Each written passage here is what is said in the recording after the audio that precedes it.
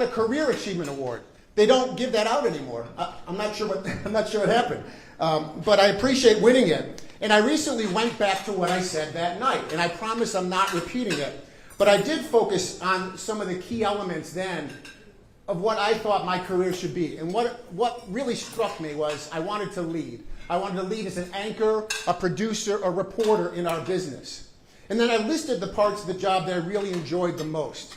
The journalism, number one. The journalism where you have a piece of information that nobody else has yet, and you're going to report on it. Live television, when they take away the teleprompter or the script, the red light's on and you have to go. There's nothing more exciting than that. And then, of course, the writing. I saw my good friend Sean Kirst here tonight, who's one of the greats ever to write in this industry, let alone in our market. But when you breathe life into words to reach minds, and touch hearts of viewers, listeners, and readers, it really is so meaningful to see that. On that night, 14 years ago, I shared highlights of reporting from war-torn Bosnia, going to the Netherlands for the Panama 103 Lockerbie trial, seeing John Glenn return to space in a shuttle. The list went on and on, including 9/11, the TWA 800 crash off Long Island, the blizzard of '93, which is what those mothers who have died still remember me for. Wait, that doesn't quite make sense, does it? You know what I mean, though. The people who, anyway. That night, 14 years ago, it sounded like that was a career worthy of numerous Press Club awards, some Emmy awards, some Murrows, but thank goodness it didn't end there. Because the last 14 years, I think the work has been even better. It's been higher quality. We've done more. And that includes many more cases of original reporting. A week at the Vatican covering the canonization of Mother Mary Ann Cope. Digging through the investigative files that the police were using for the Heidi Allen case, where I uncovered a document that wasn't turned over to the defense.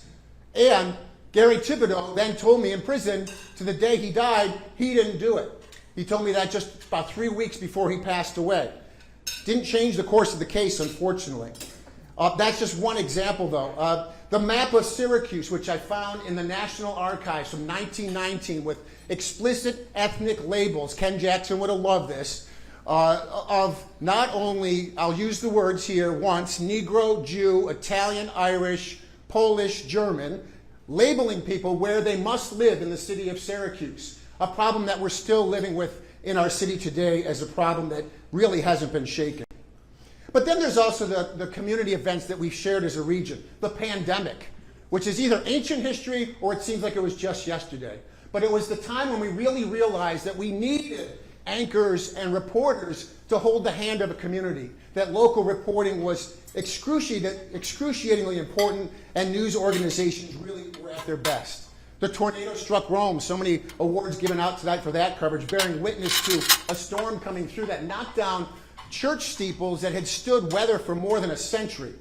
And perhaps most profoundly and sadly, I covered the funerals of Deputy Michael Husak and Deputy Michael Jensen of the Syracuse Police, 34 years after covering the funeral of Officer Wally Howard.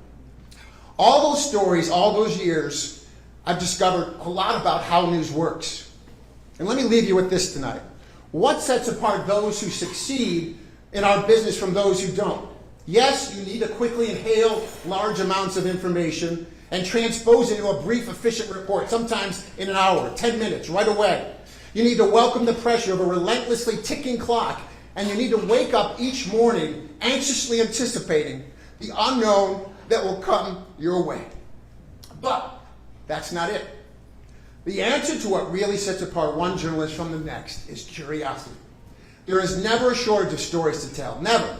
There is an endless supply of issues worthy of further exploration, but one must be curious to see them, curious to be driven to seek answers, curious to look around one more corner to reach that truth. That's what really matters.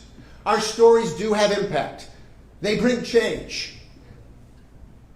They hold leaders accountable, give agency to the underrepresented, and they shine light on those who prefer to operate in the dark.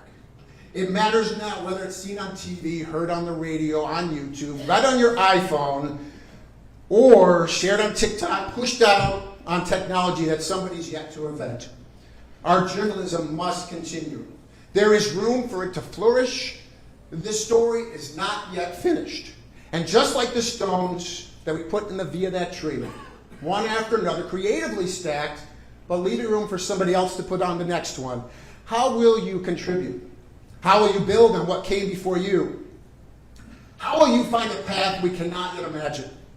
What we do now is more important than ever. Thank you.